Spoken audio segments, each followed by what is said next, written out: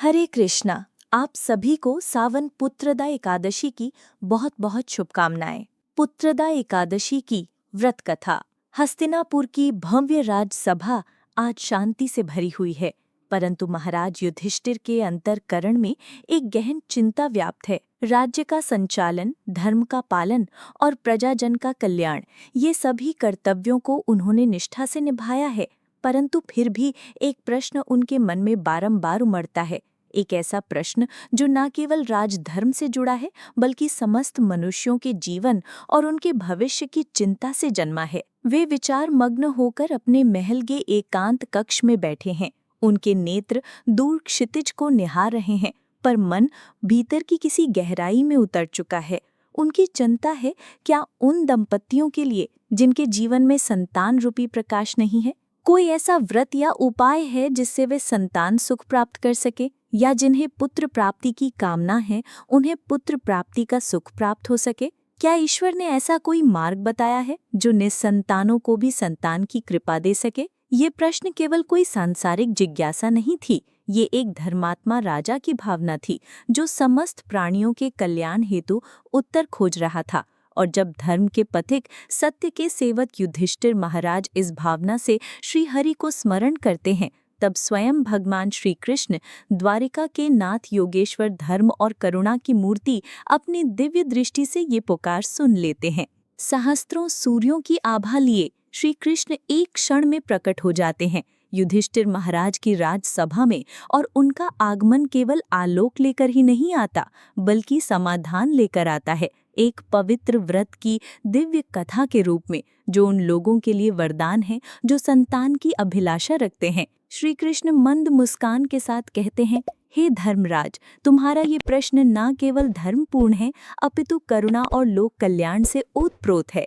मैं तुम्हें उस व्रत की कथा सुनाता हूँ जो श्रावण मास के शुक्ल पक्ष की एकादशी को किया जाता है और जिसे पुत्रदा एकादशी कहा जाता है। अब आरंभ होती है वो दिव्य कथा जिसे स्वयं श्री कृष्ण ने धर्मराज युधिष्ठिर को सुनाया, जो आज भी श्रद्धा और विश्वास से जीवन में संतान सुख की आशा लेकर आती है। महाराज युधिष्ठिर ने पूछा, हे मधुसूदन, श्रावण मास के शुक्ल पक्ष में किस नाम की एकादशी आती है?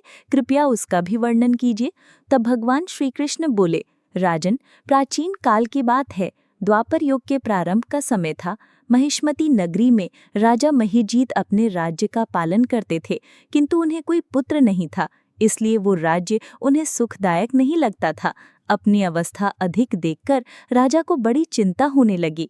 उन्होंने प्रजाजनों के बीच बैठकर एक दिन इस प्रकार कहा, प्रजाजनों, इस जन्म में मुझसे कोई पातक नहीं हुआ है। मैंने अपने खजाने में अन्याय से कमाया हुआ धन भी कभी जमा नहीं किया। ब्राह्मणों और देवताओं का धन भी मैंने कभी नहीं लिया है। पुत्रवत प्रजा का पालन किया है, धर्म से पृथ्वी पर अधिकार जमाया है। दुष्टों को, चाहे वे बंधु और पुत्रों के समान ही क्यों न हो, मैंने उन्हें हमेशा दंड दिया है। शिष्ट पुरुषों का सदैव सम्मान किया है और किसी को द्वेष का पात्र कभी नहीं समझा। फिर क्या कारण है जो मेरे घर में आज तक पुत्र उत्पन्न ही नहीं हुआ? आप लोग कृपया इस पर विचार करें। राजा के ये वचन सुनकर प्रजा और पुरोहितों के साथ कुछ ब्राह्मणों ने उनके हित का विचार करके गहन वन में प्रवेश किया। राजा का कल्याण चाहने वाले वे सभी लोग इधर उधर घूमकर ऋषि सेवित आश्रमों की तलाश करने लगे। इतने में ही उन्हें एक आश्रम पर मुनिश्रेष्ठ लोमश जी के दर्शन हुए। लोमश जी धर्म के तत्त्वज्ञ, संपूर्ण शास्त्रों के विशिष्ट विद्वान, दीर्घायु और महात्मा हैं। उनका शरीर लोम से भरा हुआ है। वे ब्रह्मा जी के समान तेजस्वी हैं। एक एक कल्प बीतने पर उनके शरीर का एक लोम अर्थात रोम विच्छिन्न होता है, टूटकर गिरता है, इसीलिए उनका नाम लोमश हुआ है। वे महामुनि तीनों कालों की बात जानते हैं। उन्हें देखकर सभी लोगों को बड़ा हर्ष हुआ। लोगों को अपने निकट आया देखकर लोमश ऋषि ने पूछा, तुम सब लोग यहाँ किस लिए आए हो? अपने आने का कारण बताओ। तुम लोगों के लिए जो भी हितकर कार्य होगा उसे मैं अवश्य ही करूँगा। प्रजाजनों ने कहा, हे ब्राह्मण, इस समय महेजीत नाम वाले जो राजा हैं उन्हें कोई पुत्र नहीं है। हम लोग उन्हीं की प्रजा हैं जिनका उन्होंने पुत्र की तरह पालन किया है, लेकिन उन्हें पुत्रहीन देखकर उनके दुख से दुखी होकर हम तपस्या करने का दृढ़ निश्चय करके यहाँ आए हैं। हे द्विजोत्तम, राजा के भाग्य से हमें इस समय आपका दर्शन प्राप्त हुआ है और महापुरुषों के दर्शन से ही मनुष्यों के सब कार्य सिद्ध हो जाते हैं।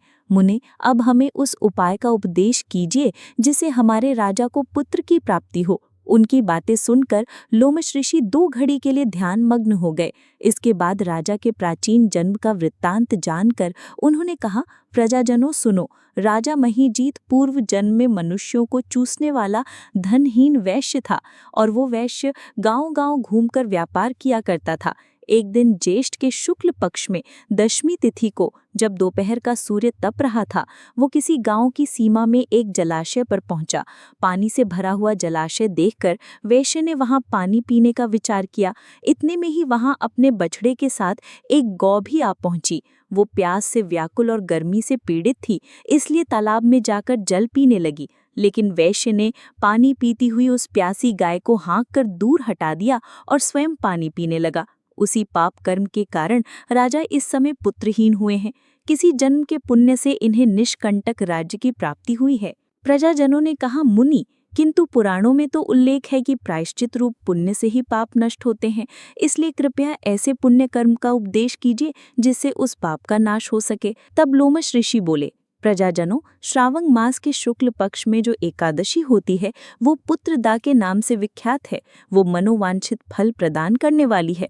तुम सब उसी व्रत का पालन करो। ये सुनकर प्रजाजनों ने मुनि को नमस्कार किया और नगर में आकर विधि पूर्वक पुत्रदा एकादशी के व्रत का अनुष्ठान किया। उन्होंने विधि पूर्वक जागरण भी किया और उसका निर्मल पुण्य राजा को अर्पण कर दिया। कुछ ही समय में रानी ने गर्भ धारण किया और प्रसव का समय आने पर एक स्वस्थ और बलवान पुत्र को जन्म दिया। इस प्रकार पुत्रदा एकादशी के इस पावन महात्म्य को सुनकर मनुष्य पापों से मुक्त हो जाता है और इहलोक में सुख पाकर परलोक में स्वर्गीय गति को प्राप्त करता है। इस प्रकार जैसे ही श्री कृष्ण की वाणी शांत हुई, धर्मराज युधिष्ठिर गहन मौन में डूब गए। श्रद्धा से उनके नेत्र झुक गए, हृदय विनम्र हो गया और आत्मा आलोकित। श्री कृष्ण ने न केवल एक व्रत की विधि बताई थी, बल्कि एक संदेश भी दिया था कि जब श्रद्धा और विश्वास से व्रत किया जाए तो वो केवल कर्म नहीं अपितु वरदान भी बन जाता है। युधिष्ठिर महाराज बोले, हे केशव, आपके श्रीमुख से ये पुत्रदा एकादशी की महिमा को सुनकर अब मुझे समझ में आया कि केवल शरीर से किया गया उपवास नहीं, बल्कि मन और आत्मा से किया गया व्रत ही फलदायी होता है। जो मनुष्य श्रावण मास के शुक्ल पक्ष की एकादशी को श्रद्धा, नियम और भक्ति से ये व्रत करता है, उसे पुण्य की प्राप्ति होती है और यदि वो संतानहीन है तो उसे पुत्र रूप में कृपा का वरदान मिलता है। तब श्री कृष्ण ने कहा, हे धर्मराज, ये व्रत कलयुग में विशेष प्रभावकारी होगा, क्योंकि जब मनुष्य अपने कर्मों से थक जाएगा तो यही व्रत उसे आशा और फल देगा, और जो इस व्रत की कथा को श्रद्धा से सुनता है वो भी इस पुण्य फल का भागी बनता है। युधिष्ठिर महाराज ने इस ज्ञान को संजो लिया और फिर उन्होंने अपने अनुजों, प्रजा और संत जनों को ये व्रत करने का उपदेश दिया।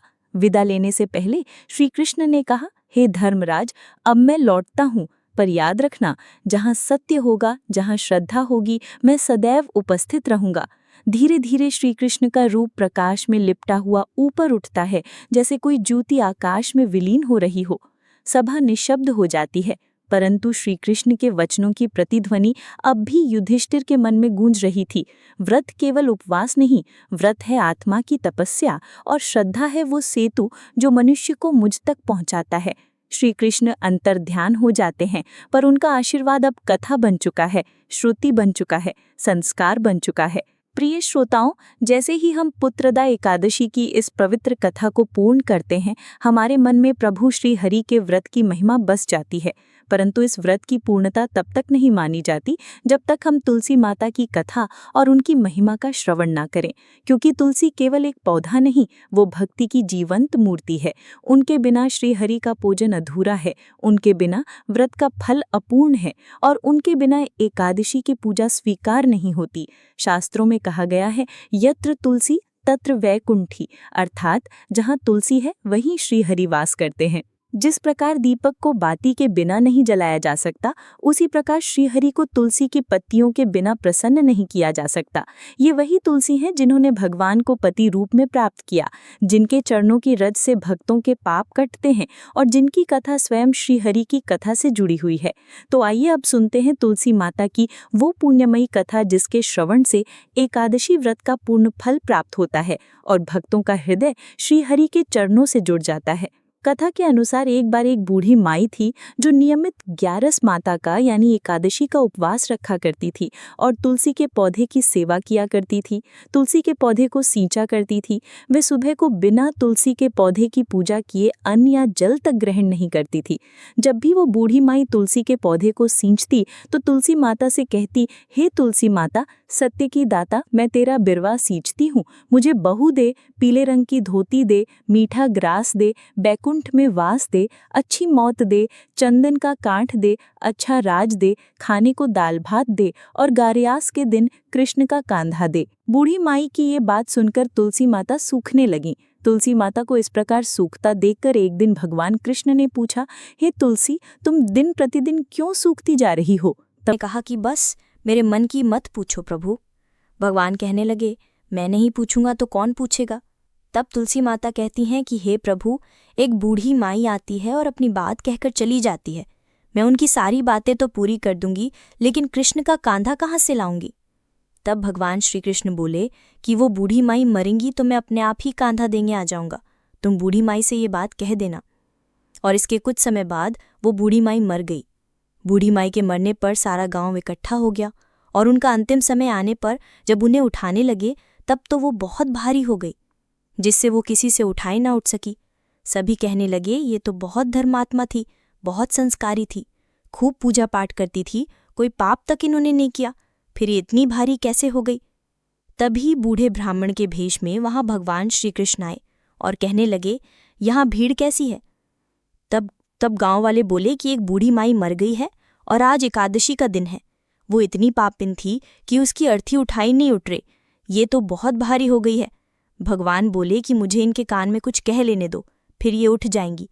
तब भगवान श्री कृष्ण बूढ़ी माई के पास गए और चुपके से उनके कान में कहा, हे बूढ़ी माई, तू अपने मन की कर ले, पीतांबर की धोती ले, मीठा मीठा ग्रास ले, बैकुंठ में वांस ले, चटक की चाल ले, चंदन का कांठ ले, झालर की झकार ले, दाल भात को जीम और श्री कृष्ण का कांधा ले।